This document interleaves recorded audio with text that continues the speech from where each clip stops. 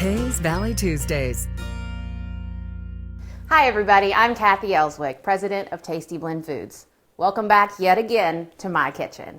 You know, yesterday was National Peanut Butter Fudge Day, so today I'd like to show you our 3-minute microwavable peanut butter fudge. This stuff is perfect for last-minute parties that you have to bring a dessert or something for. Just the easiest thing. Now, before we get started on what we're going to need, I want to caution you guys on just a few things. This is going to come together really, really quickly, okay? So best thing to do is to lay everything out before you get started. So here's what you're going to need. A box of mix, a bowl to mix it in, a spoon, some peanut butter, a little bit of milk. You can use whole milk, you can use 2% milk, your choice. And then you need 1/3 of a cup measuring cup and 1 cup measuring cup. You're going to need all that to get the mix together, and then you'll need a dish to let it set up in, okay? Okay, so the first thing that we want to do is get our mix in our box. So I'm just going to open this up, just like everything else before.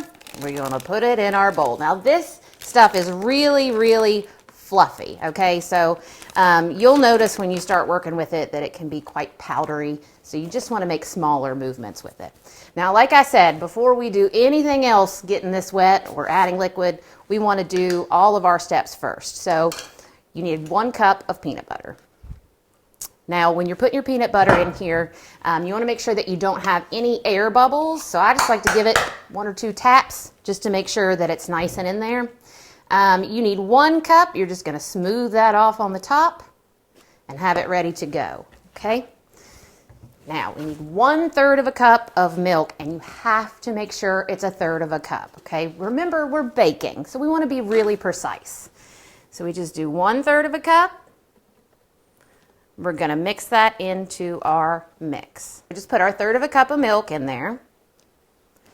And then you can use a spoon or a spatula. It's up to you. I prefer a spatula just because once we get this out of the microwave, it's going to be easier to get everything scraped off and into our dish. So then you just want to stir this until it comes together. Now this will take a little bit of time just because, like I said, it's so powdery and fluffy. But you'll notice that it will start to form a dough ball at the bottom. And once you have that dough ball, it's time to go to the microwave.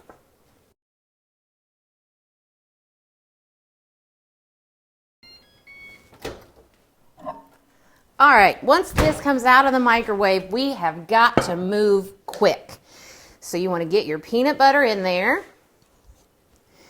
and then you want to stir, stir, stir, stir, stir. Now what this is going to do is actually melt this peanut butter, and you're going to get some fudge. Now if you take too long, it's going to sit up in your bowl, and that's not going to be good. So stir it very quickly, and then we're just going to get it right out into our dish. Now I like to shake it, leave it to let it sit, and the best part is getting the warm pieces off of this spatula. Now I'm going to let that sit probably about 5 minutes to cool, and then I'll slice it up and put it on a plate so you guys can see it. Our fudge has been setting for about 5 minutes. I went ahead and cut it up and put it on a plate to serve. And what I'm also going to do is fill up this tin to send back to our friends at the studio.